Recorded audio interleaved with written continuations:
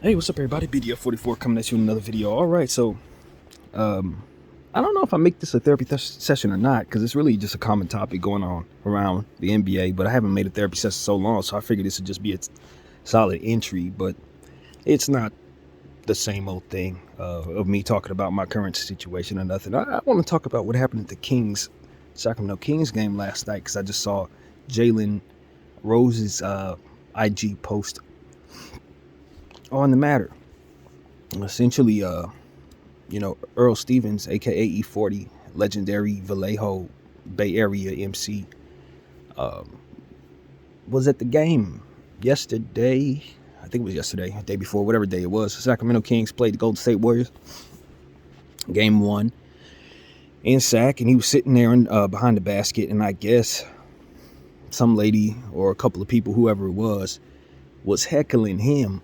He responded in a manner that was stern but polite, he said, and security came over and essentially wouldn't hear him out and escorted him out of the game.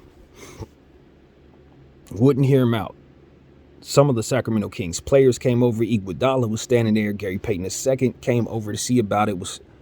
And the security guard, who all of this is, of course, is on film. If you've seen the footage, it's everywhere right now. Was kind of, I guess E40 was leaning in on him. Maybe E40 was drinking a little bit. Maybe he had hot breath, but the way the man was treating him, it was like he wasn't trying to hear nothing. He kept, as E40 was leaning into him, he put his forearm on E40's chest to kind of keep him away from him, and was kind of like appalled, as if he was some type of girl that didn't want to give him his number or something like that. That's how he was acting, the security guard was. And just real, I don't want to hear what you have to say, regardless if you're right or wrong. I'm over here to remove you from the situation, and you're irritating me. And it was just real snotty energy from the security guard, kind of unprofessional, to be honest with you, when you consider the status of the person in question. Maybe he didn't know who this was, but his surrounding security guards was trying to calm the situation, trying to get him to, I guess, acknowledge the person is famous or something, you know what I mean? At least acknowledge that people are watching, you know what I'm saying? You look a certain way while you're treating this man a certain way. And then you proceed to kick him out of the game when the whole arena knows who he is. He's a local legend in that city. I mean, Sacramento's an hour away from Oakland. I thought it was like 20 miles, but it's much more than that. But nevertheless, it's his area. It's not like he's in a totally different city, a totally different country, state, whatever. Nah. So they ended up kicking E40 out. The situation was not pretty. It didn't turn into no fisticuffs, but E40 did kind of get a man a little bit of a shove or what have you. The security guard called him a bunch of bad names, then turned and looked at the lady who it seemed like was the heckler, wearing a red shirt. As he looked at her, called her the B word a couple times, and then she turned around with a big old smile on her face and said, "I don't care." Real Karen-like energy, supreme Karen energy. And you just see the Sacramento Kings as the organization that looks bad in the situation. The arena looks bad, the Golden One Center, for allowing the security guard to treat a local legend. And he's more than a local legend. He's a hip-hop legend. Like he was in there to cause problems for others. You know what I mean? And it didn't help that the lady had a drink in her hand, halfway sipped down, and she was just looking as if she was better than anybody in the room, and that she could just get away with whatever she wants to do, turn around, face all in the camera, "I don't care," as he's calling her the B word, which is fair because he's saying what he's saying, but you just don't like the whole optics of the whole situation, given the fact that she wasn't as much as spoken to by the same security guard who treated E40 so poorly. It's a strange situation because literally the same day I looked over at the Toronto Raptors, if I'm not mistaken, or it was the day before, probably the day before in the play-in tournament game, since the Raptors were eliminated. But I was looking over and saw Charles Oakley at the Raptor game. And of course, what came to mind is how James Dolan and the Knicks treated Charles Oakley, and how he now feels more empowered to go to Toronto Raptors game, one of his old teams, and go in the Knicks games, because of course he ain't welcome at the Garden, which is still just sounds really disgusting to say.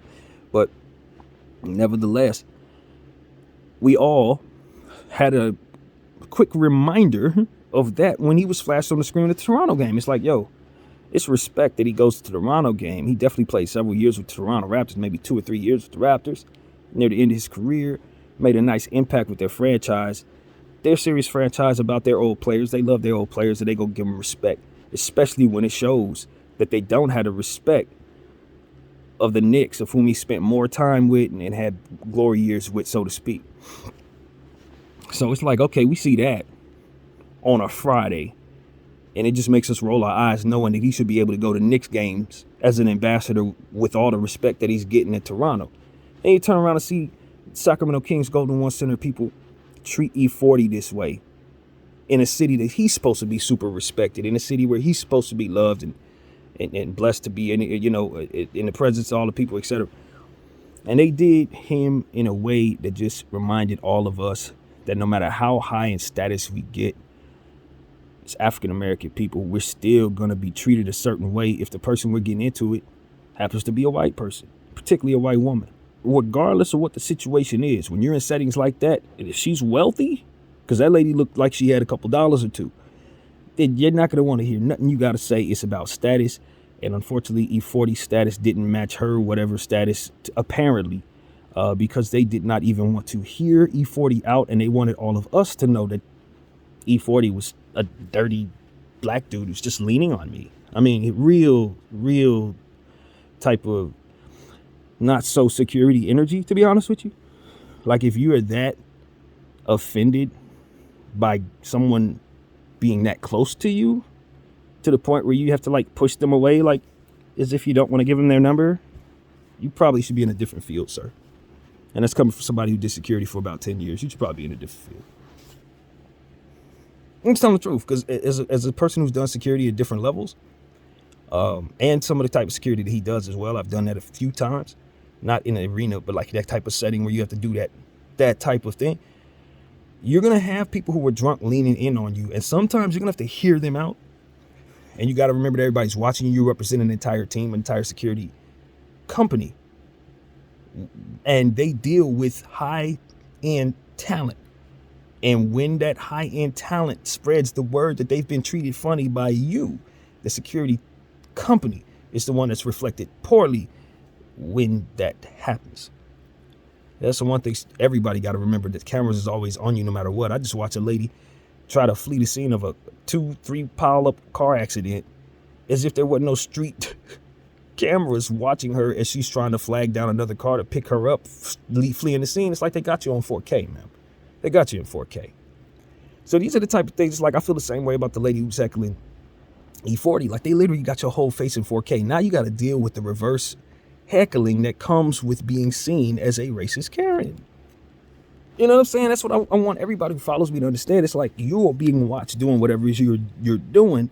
So if you're going to do something that's going to make you look bad, just because in the moment you may feel like you're vindicated, the reality is when people actually see what it is that you've done on camera, you're going to get all the backlash that you should have gotten in the moment for the rest of your life.